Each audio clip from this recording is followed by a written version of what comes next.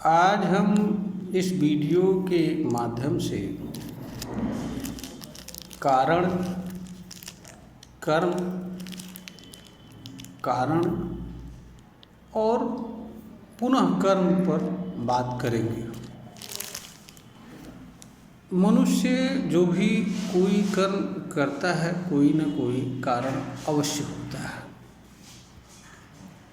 मनुष्य के सामने जब प्रथम बार कर्म करने का कोई कारण उपस्थित होता है तो उस कारण पर मनुष्य का नियंत्रण तो नहीं होता है, परंतु उस कारण से जन्म लेने वाले कर्म को करना न करना इस पर मनुष्य का बस होता है।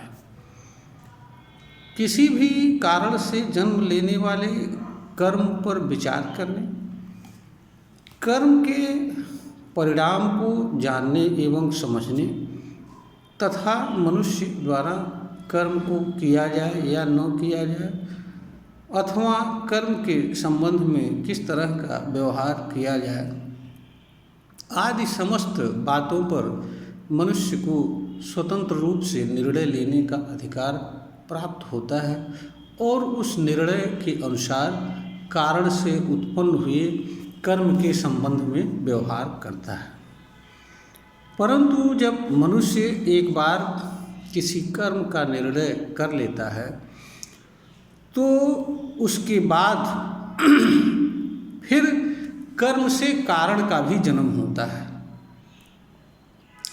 यह जो दोबारा कर्म के कारण, मनुष्य के कर्म के कारण, कर्म से जो कारण जन्म लेता है वह मनुष्य के कर्म के अनुरूप होता है।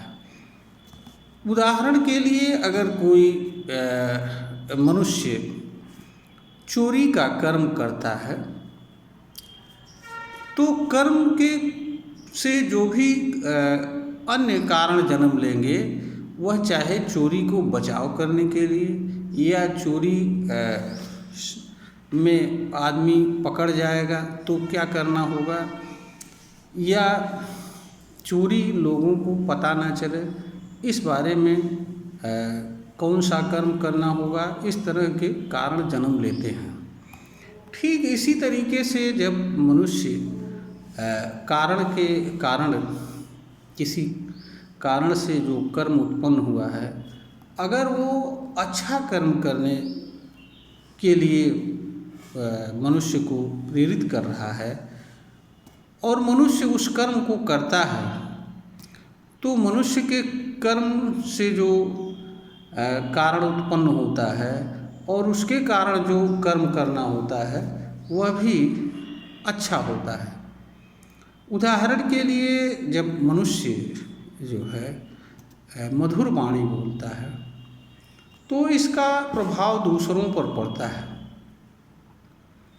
और दूसरों के प्रभाव से उनके अंदर क्रिया जन्म लेती है, क्रिया से कर्म का जन्म होता है। कर्म हमेशा क्रिया के अनुरूप होता है, तो मनुष्य का जो कर्म होता है उससे जो क्रिया होती है वह उसके अनुरूप होती है और क्रिया के अनुरूप कर्म होता है। तो यानी मनुष्य जिस तरह से कि कर्म का किसी कारण से जन्म लिए कर्म से के प्रभाव से जिस तरह का कर्म करता है उसी तरह से उस कर्म से पुनः एक नए कर्म का कारण जन्म लेता है। अगर मनुष्य अच्छे कर्म को करने का निर्णय लेता है तो निरंतर उसके कर्म के माध्यम से अच्छे अच्छे कर्म करने के कारण जन्म लेते हैं। और अगर मनुष्य बुरे कर्म को करने का निर्णय लेता है तो निरंतर उसके सामने जो कारण उत्पन्न होते हैं वो बुरे कर्मों को करने के लिए उत्पन्न होते हैं। इस तरह से यह प्रक्रिया मानव जीवन में निरंतर चलती रहती है, क्योंकि मनुष्य का जो बाहरी कर्म होता है वह दूसरों पर और बृहद रूप में संपूर्ण मानव समाज पर प्रभाव डालता है। आज आप देखते हैं कि अनेक प्रकार के प्रदूषण मनुष्य के कर्मों के परिणामों स्वरूप विद्यमान है। अब इन प्रदूषण को मिटाने के लिए, खत्म करने के लिए एक नए तरह के कारण जन्म हुए, जिनके कारण मनुष्य को कर्म करना पड़ रहा है। अगर मनुष्य का कर्म ऐसा नहीं होता जिसके परिणामों स्वरूप प्रकृति प्रदूषित होती, तो शायद मनुष्य को प्रदूषण जैसी चीज़ से, समस्या से निपटना नहीं होता। और प्रदूषण मनुष्य के लिए कोई समस्या नहीं बनती, और ना ही प्रदूषण को कम करने या उसे ख़त्म करने के लिए मनुष्य को किसी प्रकार से, किसी तरह के कर्म को करने की आवश्यकता होती। इस तरीके से जो कर्म होता है उसका अत्यंत बृहद प्रभाव होता है। कर्म केवल कर्म का फल ही नहीं देता है, बल्कि अनेक प्रकार के वो कारण को जन्म देता है, अनेक तरह की आवश्यकताओं को जन्म देता है, और अंततः ऐसा होते होते मनुष्य कर्म के जाल में फंस जाता है, जिसे कर्म बंधन भी कहा जाता है। और इस कर्म के जाल में फंसा हुआ मनुष्य कर्म का एक तरीके का गुलाम बनकर जीवन जीता है।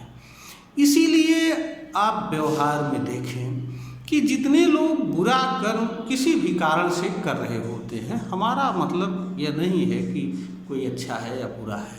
अगर आप उनसे ये कहें कि आप इस कर्म को छोड़ दीजिए, तो वो कहता है कि ये संभव नहीं है, और इसके पीछे वो अपने भाग्य को जोड़ देता है, ईश्वर को, और यह तो हमारी मजबूरी है, क्योंकि वह पूर्णतया कर्म के बंधन में फंस चुका रहता हुआ है। वह कर्म का एक प्रकार से गुलाम बन चुका रहता है, और उसे ऐसा लगता है कि इसी में उसका कल्याण है, भलाई है। इसलिए वह जो कर्म कर रहा होता है उसे किसी भी अवस्था में छोड़ना नहीं चाहता है। यह वीडियो ज्ञानवर्धन हेतु बनाई गई है, प्रेषित की जा रही है। अगर श्रोता को ज्ञानवर्धन के योग्य प्रतीत हो तो इसे लाइक करें, शेयर करें और सब्सक्राइब करें।